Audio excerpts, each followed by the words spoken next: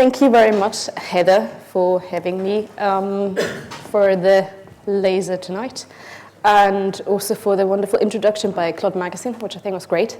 As you may have seen already, I'm going to talk about a specific aspect of my work so far around silkworm sericulture and design science. And this is an aspect that I'm quite particularly glad I can be talking about tonight, because it's so far not been paid much attention to. So it's the sericulture itself and the sort of difficulties around sericulture that most people might not be aware of.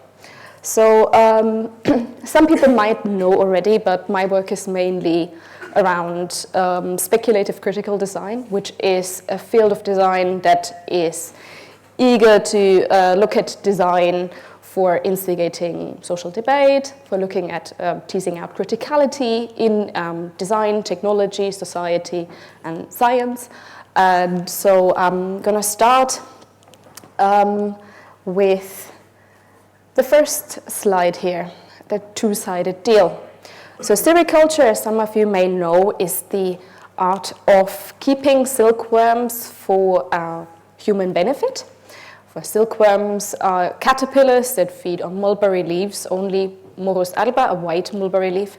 And they then start spinning into cocoons, and these cocoons are used then to kind of, in a classic traditional sense, to create luxurious textiles, and that for over 5,000 years.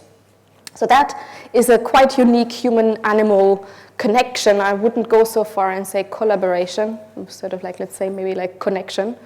Because that has mainly been driven forward by, motivated by economic benefit, an anthropocentric advantage. So it's a natural resource, it has long socio-cultural heritage, 5,000 years of domestication.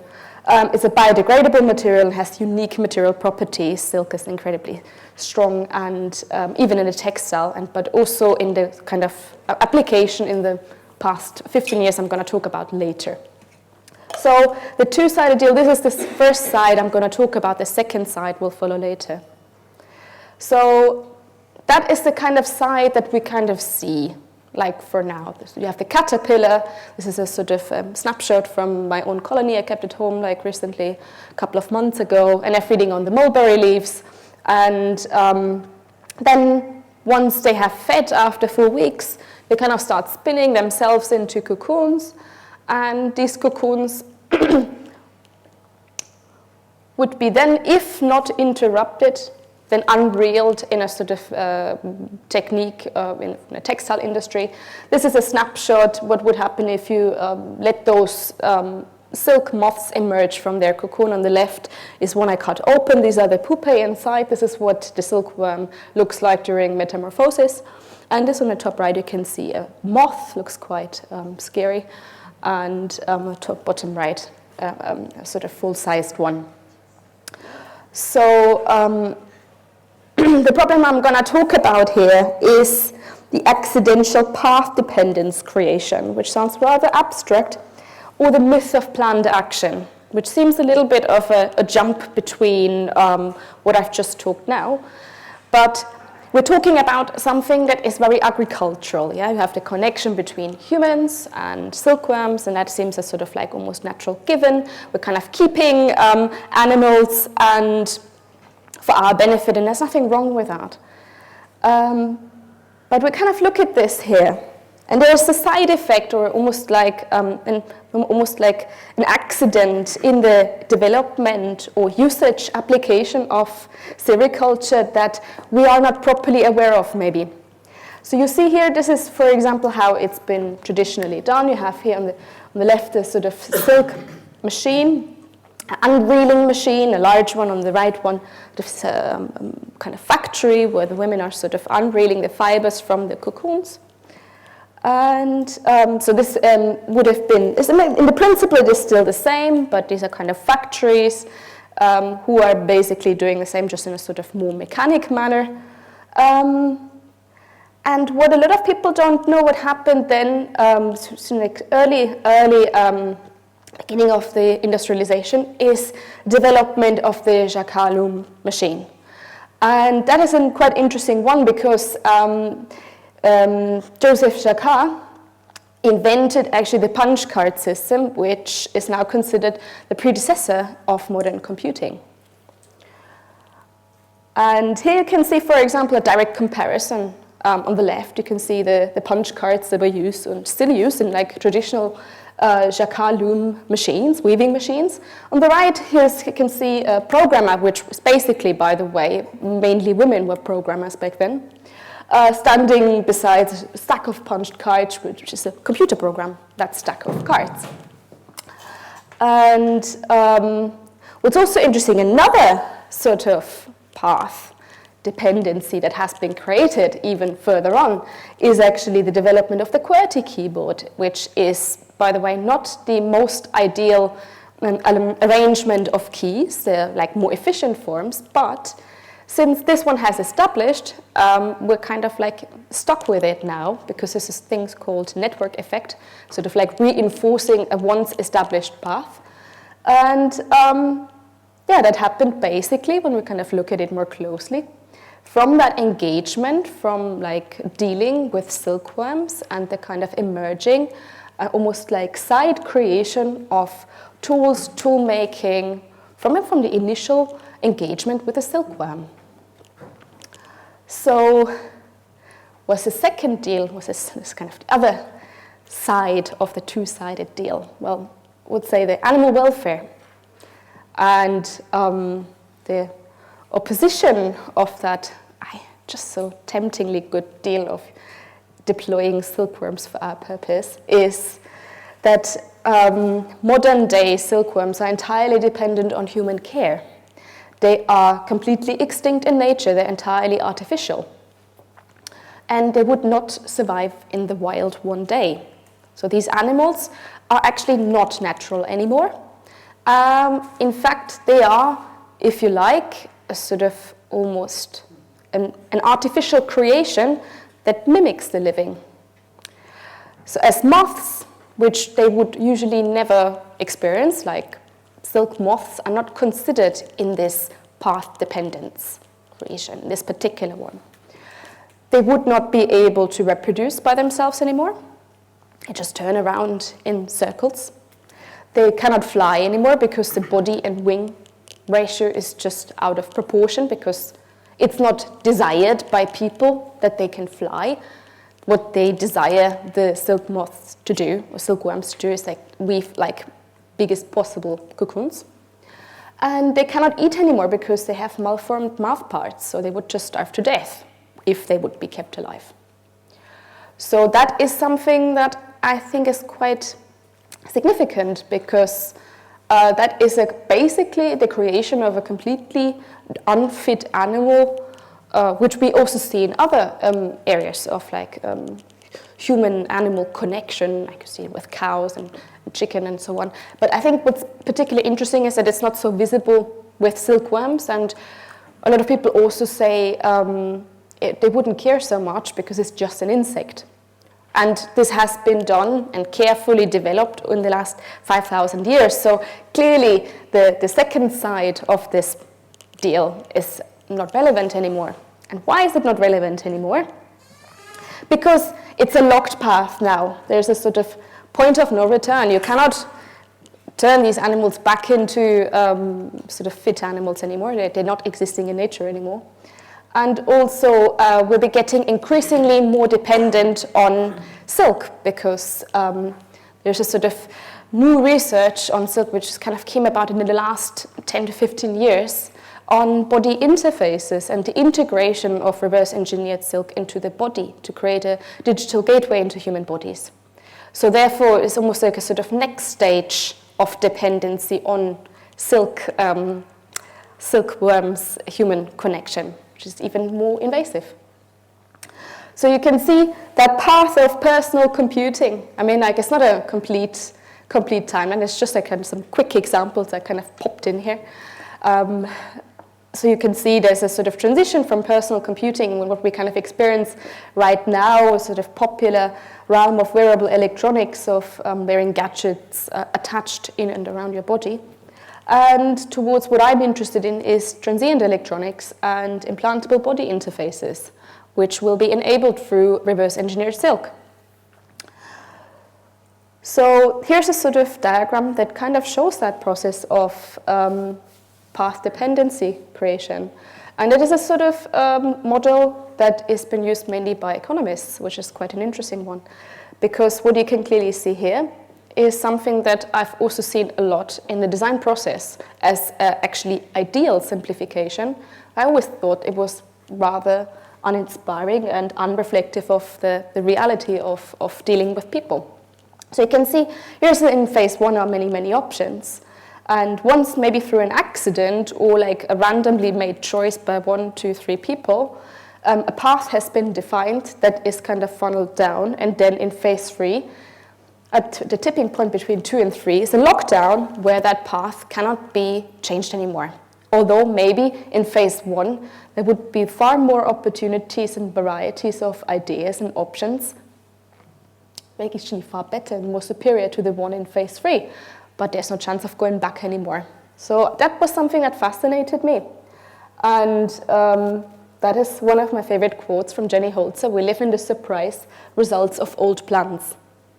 And that's something I find quite interesting, very connected to how I am kind of criticizing affirmative design, the act of designing and the process of designing. So coming back to connecting it with my practice of speculative critical design, and that kind of model of path dependency creation, is speculative critical design perhaps a form or a way of delocking such a path, creating irritation and a sort of breakup that we could use and deploy in so much more fundamental and useful ways? So this is a project I've done called Biophilia Organ Crafting, where I looked at silk and in connection to tissue engineering. And here I was particularly interested in an alternative to the advent of 3D printing organs. So is this sort of a mixed project? Because of course you would still deploy the animals for human purpose, for human-centric purpose, but as a sort of planned side effect, not an accidental one, you would create a truly human-centric sort of situation where the patient could meet the organ before it gets implanted. So it doesn't necessarily say that you cannot create sort of side effects to chosen paths, but it would be perhaps good to kind of consider them before they happen and maybe be more strategic about that.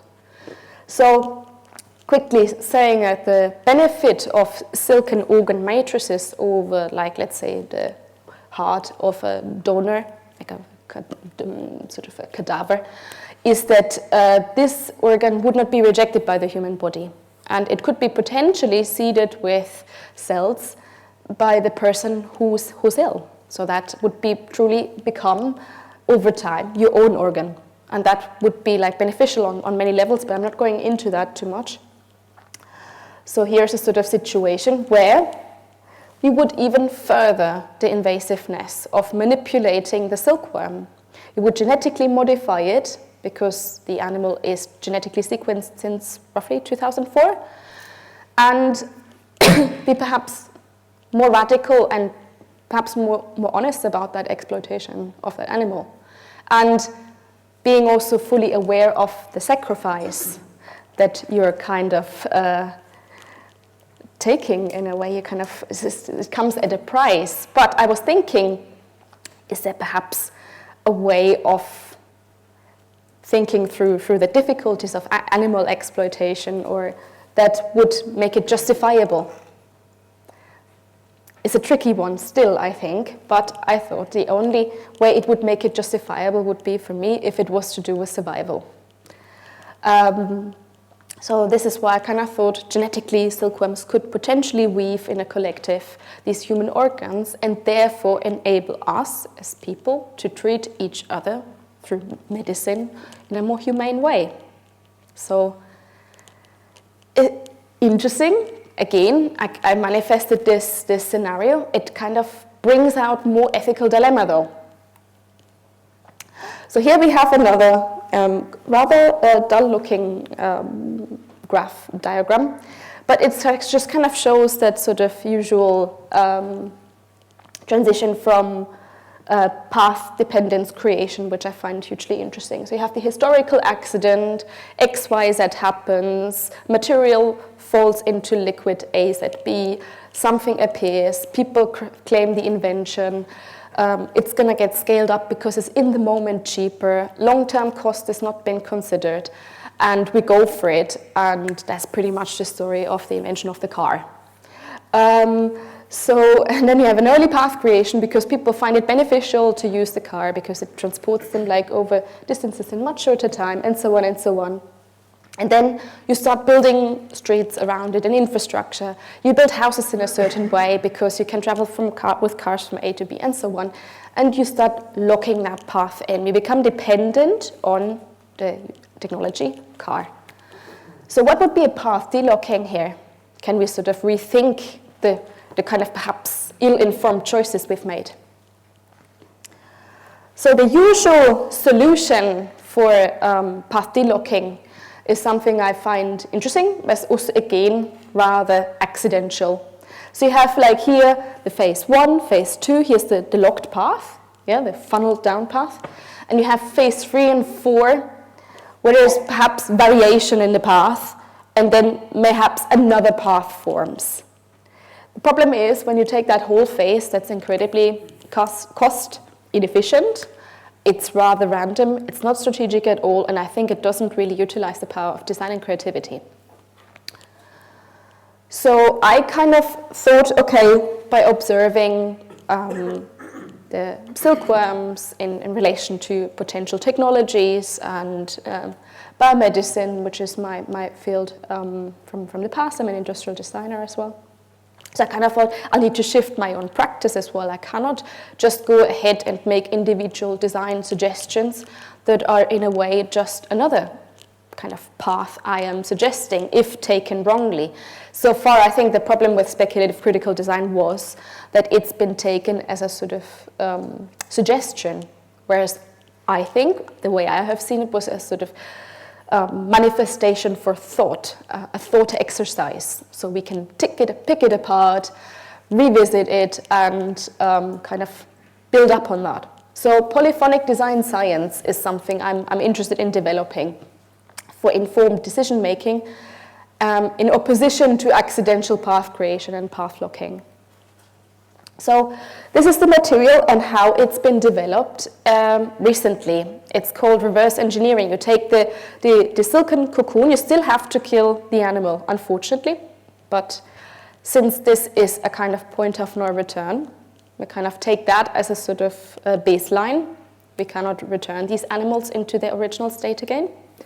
So you kind of break the protein structure down of this cocoon and turn it into a sort of liquid, which is then becoming this clear film or many other kind of materials. And as said before, the benefit of that is it can be integrated into human tissue.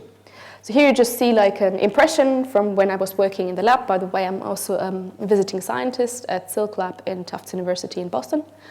So I'm working with the material myself, or have worked with it, not so much in the moment, but I did. And so this lab is in particular involved in like developing body interfaces, biodigital interfaces for biomedical application, but also beyond in communication. So you see, this is the kind of material processing sort of quick sketch. You can see on the top here is the kind of manual processing, which is at the moment lab scale. It's not scaled up yet. And in the middle, you see there's a different kind of material outcomes, material aggregation states that can be created from that pure, like liquefied silt. So that's like a solution, is not, yeah. And you said fibers, tubes, microspheres, gels, sponges, films, and so on. And what it essentially does, it creates this linkage between human tissue and digitality, digital readability. And that is something that I'm particularly interested in. So what happens from that connection, that integration of an insect byproduct, and that's what it really is it kind of potentially creates that emerging condition of biodigitality that connection between integration of computational thought, digital readability into the human body. And I thought this is a sort of increased complexity that I, as an individual designer, can impossibly not tackle in an ethical manner. So I thought there's a paradigm in worldview challenging complexity, and that requires, in fact, it affords us, me and you, to rethink our actions as designers, but also as a general public, and the ethical implications for that. So how can we do that other than kind of reading newspaper articles and getting agitated about it? How can we take action on that? So I had a conversation with the head of laboratory, who's incredibly open and to suggestions, and he actually wants that too, wants that interface with society. So I came up with this polyphonic design science, which is related to polyphony, which is something that comes from music theory and narrative theory. And it roughly means many voices at the same time. And so I thought, interesting, multivocality in design is something that has been claimed a lot by co-designers and co-creation in design, but I haven't seen to that extent been practiced in a sort of visually traceable manner. So that's what I wanted to develop, and also shifting the focus from designing things to considering systems and the kind of potentially emerging problems and ethical problems that come alongside with it. So the shift was the following: from artist-led speculation, where I had an open-ended context without any feedback loops, where I just basically would go ahead the way I wanted it to be. The problem with that was an insufficient idea variety that led to further constraints, again, path locking. And the scientists and non-scientists exchange were basically invisible. They were sort of not representative in the outcomes. So, and I thought that needs to change with polyphonic futuring. I'm hoping to increase requisite variety, develop the approach collective speculation, and make different worldviews tangible, which is, I think, the most important bit. Because as we can clearly see with sericulture, it didn't matter back then that you would exploit an animal. It was a specific worldview. It may matter today, but we cannot change it anymore. So, and also kind of invite public scrutiny, have a better interface to society. So, biodesign, the kind of design with biological materials and living systems, needs to be structurally rethought. Not doing the design in the end, but kind of having that increased requisite variety in the beginning. So, which just doesn't seem to be quite so, let's say, like radical, but it's not been done at all, I think, from what I saw so far. So the idea is designing for possibility and transience, for collective speculation and increased criticality. So what did I do? I started with a workshop series, of course, to kind of test the different methods in how I can engage a wider range of people in this very complex subject. So here I, for example, did a teaching module, a week-long teaching module at Zurich University of the Arts, where we kind of looked at transient electronics and see what students came up with and how they would go about testing different design approaches, not necessarily being so concerned with the act of aesthetic designing or usability, functionality, but translating principles. Same here, it's just like a quick impression. Here's another one at Furtherfield in London, together with the Arts Catalyst, my project partner for Polyphonic Futures, which is a project.